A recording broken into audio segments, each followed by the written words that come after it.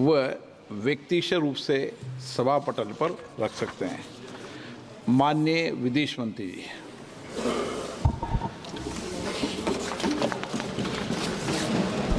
Honorable Speaker, sir, I rise to apprise the House of some recent developments in the India-China border areas and their implications for our overall bilateral relations. The House is aware that our ties have been abnormal since 2020, when peace and tranquility in the border areas were disturbed as a result of Chinese actions. Recent developments that reflect our continuous diplomatic engagement since then have set our ties in the direction of some improvement. The House is cognizant of the fact that China is an illegal occupation of 38,000 square kilometers of Indian territory in Aksai Chin as a result of the 1962 conflicts and the event that preceded it. Furthermore, Pakistan illegally ceded 5,180 square kilometers of Indian territory to China in 1963, which has been under its occupation since 1948. India and China have held talks for multiple decades to resolve the boundary issue. While there is a line of actual control, LAC, it does not have a common understanding in some areas. We remain committed to engaging with China through bilateral discussions to arrive at a fair, reasonable, and mutually acceptable framework for a boundary settlement. Honorable members would recall that the amassing of a large number of troops by China along the LAC in eastern Ladakh in April-May 2020 resulted in face-offs with our forces at a number of points. The situation also led to disruption of patrolling activities. It is to the credit of our armed forces that, despite logistical challenges and the then prevailing COVID situation, they were able to counter-deploy rapidly and effectively. Honorable Speaker, sir, the House is well aware of the circumstances leading to the violent clashes in Galwan Valley in June 2020. In the months thereafter, we were addressing a situation that had not only seen fatalities for the first time in 45 years, but also a turn of events serious enough for heavy weaponry to be deployed in close proximity to the LAC.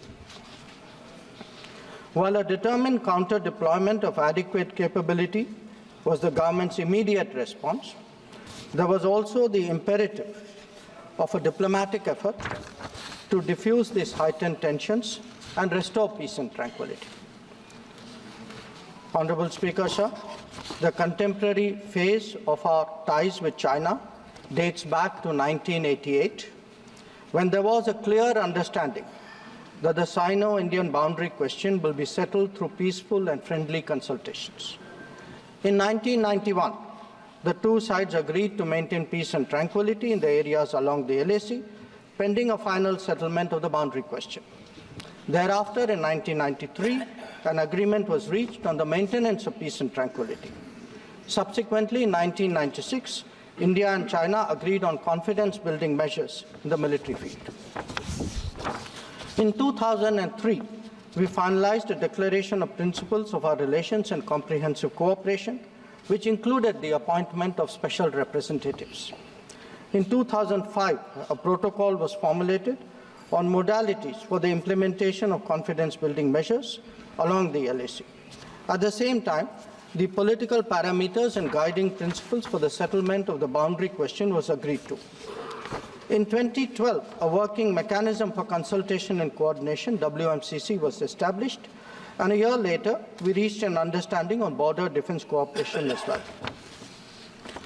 Speaker, sir, the purpose of my recalling these agreements is to underline the elaborate nature of our shared efforts to ensure peace and tranquility, and to emphasize the seriousness of what its unprecedented disruption in 2020 implied for our overall relationship. The situation arising after our counter deployment in 2020 called for multiple sets of responses.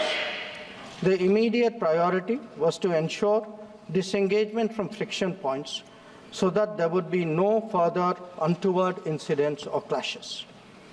This, sir, has been fully achieved, as I will explain. The next priority will be to consider de-escalation that would address the massing of troops along the LAC with associated accompaniments. It is also evident that the management of border areas will require further attention in the light of our recent experiences. In all of this, we were and we remain very clear that the three key principles must be observed in all circumstances. One, both sides should strictly respect and observe the LAC. Two, neither side should attempt to unilaterally alter the status quo. And three, agreements and understandings reached in the past must be fully abided by in their entirety. Honourable members would appreciate that as a result of the sustained tension and specific developments in the border areas, our overall relationship with China was bound to be impacted adversely. In the new circumstances, it was obviously not possible to continue the normal exchanges, interactions, and activities as in the past. In this regard, we made clear that the development of our ties were contingent on the principles of mutual sensitivity, mutual respect, and mutual interest.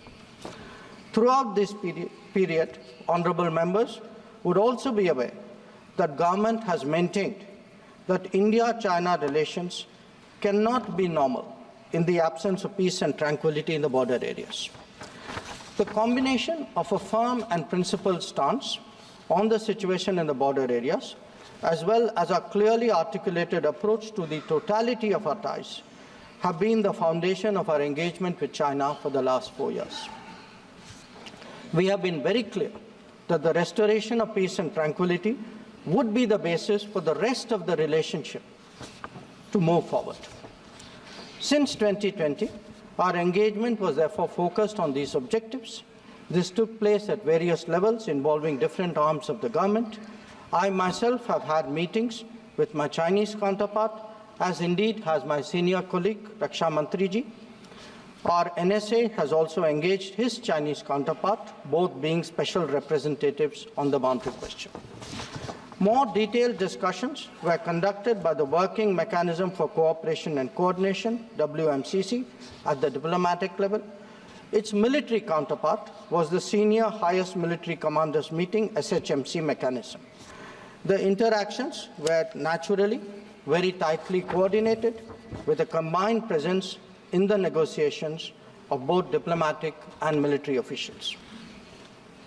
Since June 2020, 17 meetings of the WMCC and 21 rounds of SHMC have taken place. So, in this background, I would like, sir, to inform the House today about the agreement reached on 21 October 2024 regarding Depsang and Demchok. The twin considerations of an unstable local situation and an impacted bilateral relationship were clearly the drivers for these recent endeavours. These two areas have been the focus of our discussions in both WMCC and SHMC with the Chinese side since September 2022, when the last disengagement agreement was concluded at Hot Springs area. In the lead-up to the October 21 agreement, I had discussed both the specific disengagement issue as well as the larger relationship with my Chinese counterpart in Astana on 4 July and Vientiane on 25 July. Our national security advisors, ours and the Chinese, met in St. Petersburg on 12 September, and the problem in these two areas pertained primarily to obstructions of our long-standing patrolling activity. In Demchok, there was also the question of access by our nomadic population to traditional grazing grounds, as well to sites of significance to the local people. As a result of this recent understanding, arrived at after intensive negotiations, resumption of patrolling to the traditional areas is underway. It was initially tested by sending out patrols for verification of disengagement on the ground and is being followed up by regular activities as per the agreed understanding. Following the October 21 understanding, Prime Minister and President Xi Jinping had a meeting on the sidelines of the BRICS summit in Kazan on October 23. They welcomed the understanding and directed the foreign ministers to meet and stabilize and rebuild the relationship. The special representatives are also to oversee the management of peace and tranquility, besides exploring a fair, reasonable, and mutually acceptable solution to the boundary question. In pursuance of that, I recently held discussions with Foreign Minister Wang Yi again on the sidelines of the G20 summit in Rio de Janeiro on November 18. Raksha Mantriji has also met the Chinese Defense Minister Dong Jun at the ASEAN Defense Minister ADMM Plus meeting in Vientiane on November 20. The two ministers discussed progress on the recent agreement on disengagement, the need to address de-escalation, and the requirement of strengthening confidence-building measures. They agreed on the importance of continuing meetings and consultations at various levels. Sir, the House will remember that on October 21, the October 21 agreement is the latest in the series of an understanding in regard to the resolution of the situation at various friction points in eastern Ladakh. In the aftermath of the events in May-June 2020 and the initial disengagement in Galwan Valley in July 2020, there was a foreign ministers meeting in Moscow in 10 September 2020. The government's position at that time was that the immediate task was to ensure comprehensive disengagement of troops in all the friction areas. It was emphasized that the large concentration of troops along the LAC was not in accordance with the 1993 and 1996 agreements. The Indian side, it was made clear, would not countenance any attempts to change the status quo unilaterally. We also expected that all agreements and protocols pertaining to the management of the border areas would be scrupulously followed. Sir, through you, I would like to inform the House that disengagement has been achieved in full in eastern Ladakh through a step-by-step process, culminating in Depsang and Demchok. With the task of disengagement completed, it is now our expectation that discussions would commence with regard to the remaining issues that we have placed on the agenda. For the benefit of honourable members, I would also flag to your attention previous positions articulated by the government in Parliament on this issue. On 15th of September 2020, Raksha Mantriji had made a detailed statement on Chinese attempts to transgress the LAC and the appropriate response given by our armed forces. On the 11th of February 2021, Raksha Mantri had again briefed the House about our disengagement agreement in the north and south banks of the Pangong Lake. Thereafter, in August of 2021, a third phase of disengagement took place in the area of Gogra, whereby troops would henceforth be in their respective bases. The next step took place in September 2022 pertaining to the Hot Springs area. Again, forward deployments ceased in a phased, coordinated and verified manner, resulting in the return of troops to their respective areas. The most recent agreement, the October 21 agreement, comes in the wake of the earlier ones. It completes the first phase of what we had agreed to in Moscow in September 2020. As members are aware, there is a long history of frictions, transgressions and face-offs in several sectors of the India-China border. This goes back to Barahoti from 1954, to Longju in 1959, to Sumdurongchu from 1986-1995, and Depsang in 2013, amongst others. In the past, earlier governments have agreed to a range of steps to diffuse situations that have arisen at different times, including offers on our side to create demilitarized zones, limited non-patrolling zones, relocation or withdrawal of posts, disengagement of troops, and dismantlement of structures. Different locations have seen different solutions being examined. Where the October 21 understanding is concerned, our objective has been to ensure patrolling as in the past to the relevant patrolling points, as well as resumption of grazing by our civilians as per long-standing practice. This is indeed what we have agreed upon in regard to Depsang and Demchok. In a few other places where friction occurred in 2020, steps of a temporary and limited nature were worked out based on local conditions to obviate the possibility of further friction. This, I must stress, applies to both sides and can be revisited as the situation demands.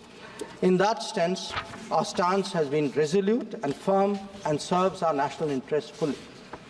The ensuring of our national security in this manner is the result of cumulative and coordinated endeavors of many parts of the government, obviously centered around our defense and security forces.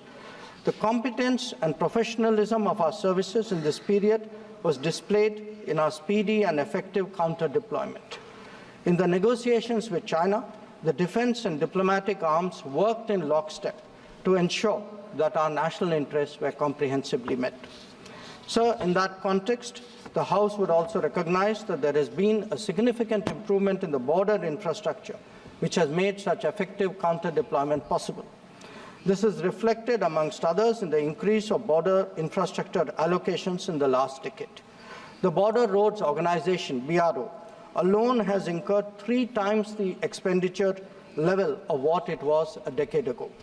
Whether it is the length of the road networks, of the bridges, or the number of tunnels, there has been a substantial increase over the earlier period. Notable milestones in recent years include the Atal Tunnel to Lahul Spiti, the Sela and the Nechifu tunnels to Tawang, the Umlingla Pass Road in southern Ladakh, and the extended opening of the Zojila axis. Work is progressing on some strategically important roads and airfields in Ladakh. The adoption of new technologies in high altitude, remote, inaccessible, and permafrost areas has also been significant. All of this reflects the government's firm commitment to protecting our borders and ensuring that our armed forces get the facilities and the logistical support that they deserve. Finally, sir, let me share with honourable members our expectation regarding the direction of our ties with China in the near future. Our relationship had progressed in many domains, but was obviously negatively affected by recent events. We are clear that the maintenance of peace and tranquility in border areas is a prerequisite for the development of our ties. In the coming days, we will be discussing both de-escalation as well as effective management of our activities in the border areas.